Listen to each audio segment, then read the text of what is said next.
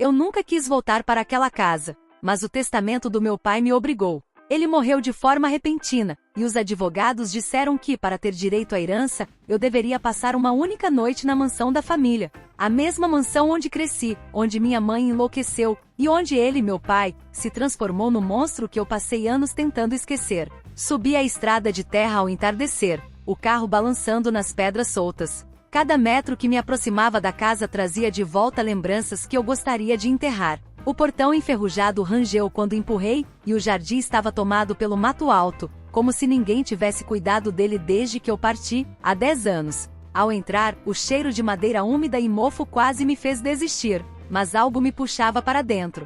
Talvez fosse a ganância, talvez fosse a necessidade de fechar esse ciclo. A primeira coisa que percebi foi que nada havia mudado. O mesmo relógio antigo na parede, parado às 3 da manhã. Os mesmos retratos da família, empoeirados, mas intactos. E aquele olhar frio de meu pai me encarando da moldura principal. Subi para o meu quarto. A cama ainda estava lá, coberta com o mesmo cobertor azul que minha mãe me dava quando eu tinha pesadelos. Toquei o tecido e senti um arrepio. Foi quando ouvi o primeiro som, passos arrastados no andar de baixo. Congelei. Pensei que fosse imaginação. Mas os passos continuaram lentos, firmes, como se alguém estivesse cruzando o corredor. Peguei uma lanterna da minha mochila e desci. A cada degrau, o som ficava mais claro. Mas quando alcancei a sala, o silêncio voltou. O único movimento era o balanço leve da cortina rasgada. Então vi sobre a mesa, havia uma carta. Mas eu sabia que ela não estava lá antes. Peguei, com mãos trêmulas. Era a caligrafia da minha mãe.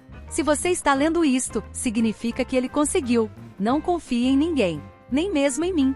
Meu coração disparou. Minha mãe havia desaparecido quando eu tinha 14 anos. Meu pai sempre disse que ela tinha fugido, mas eu nunca acreditei. Corri até o porão. Sempre esteve trancado, proibido. Mas a chave estava ali, em cima da mesa, como se tivesse sido deixada de propósito.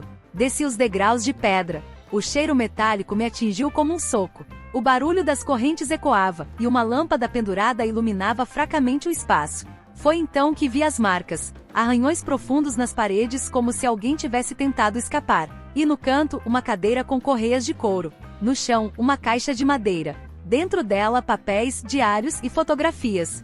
Fotografias minhas. Dormindo, brincando, chorando. Todas tiradas sem que eu soubesse. E em algumas minha mãe com os olhos inchados, segurando um bilhete, me ajude. Senti náuseas. Meu pai não era apenas cruel. Ele era um carcereiro. Mas antes que eu pudesse reagir, ouvi novamente passos. E não vinham de cima. Vinham de trás de mim.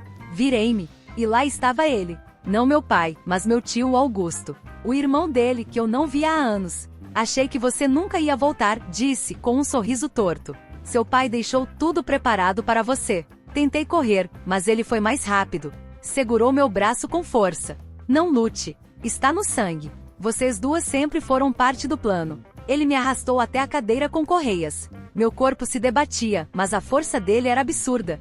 Você nunca entendeu, continuou.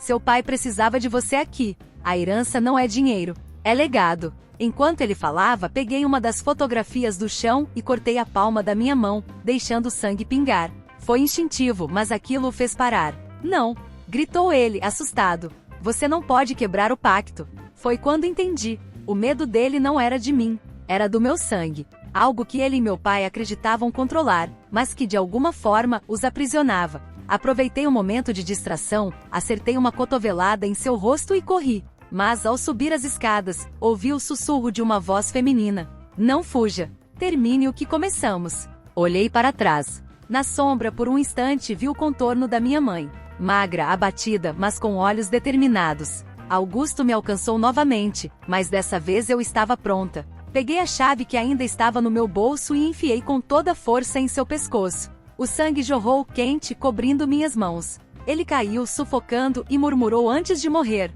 Você é igual a ele. Fiquei parada e em choque. Então percebi que a casa estava em silêncio. O relógio antigo voltou a funcionar, os ponteiros se movendo, marcando exatamente 3 horas. No espelho da sala vi meu reflexo. Mas não era apenas eu. Atrás do meu ombro, minha mãe sorria. Agora, filha, é sua vez. E entendi. A herança não era dinheiro. Era o peso da maldição. E eu havia aceitado sem querer. Saí da casa antes do amanhecer. Mas sei que um dia vou voltar. porque histórias como a minha nunca têm perdão.